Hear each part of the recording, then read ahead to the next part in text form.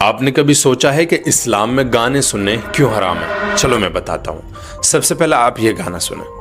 मेरा रब दिखता है यारा मैं क्या करूं। इस गाने में क्या कहा जा रहा है कि तुझ में रब दिखता है यारा मैं क्या करूं। मतलब एक इंसान के बारे में ये कहा जा रहा है कि तुझ में, एक इंसान में रब दिखता है, नाउज बिल्ला, यारा मैं क्या करूं। इस तरीके की लिरिक्स इन गानों में इस्तेमाल की जाती हैं कि आप एक पल में अपने ईमान से खारिज हो जाएंगे, अपने ईमान से बाहर हो जाएंगे। दूसरा आपको मैं एक गाना सुनाता हूं जिसमें ये क्या कह रहा है, ये सुने।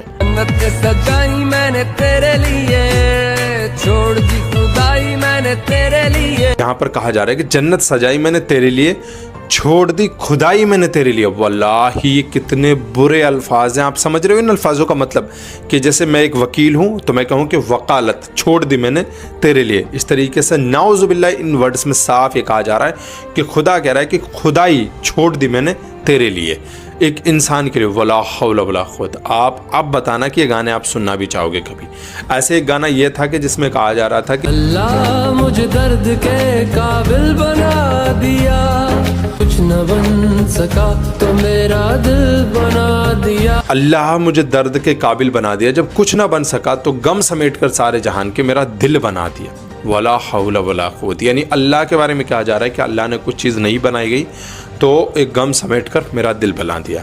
और ऐसे ये गाना था, अगर आपने इस पर कभी गौर किया हो। चाहे तुझको रब बुला ले हम न रब से डरने, कि चाहे तुझको रब बुलाए हम न रब से डरने वाले।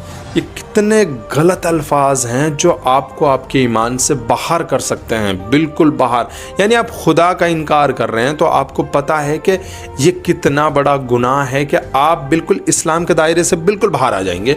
और इसीलिए गाने सुनने हराम हैं, क्योंकि आज के वक्त में जो गाने बनाए जाते हैं तो या फिर कभी भी गाने या फिर शायरियाँ की जाती हैं तो उनमें जिस शख्स को दिखाया जाता है तो उसको रिप्रेजेंट करते करते, उसकी तारीफ़ करते करते इतना बढ़ा दिया जाता है कि उसे खुदा से ऊपर पहुंचा दिया जाता है।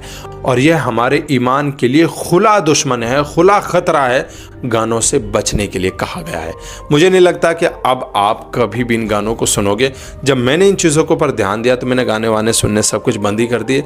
और आप भी बिल्कुल बंद कर दो, क्योंकि ये सारी चीज़ें आपका ईमान कब ख़त्म कर देंगी आपको पता भी नहीं चलेगा।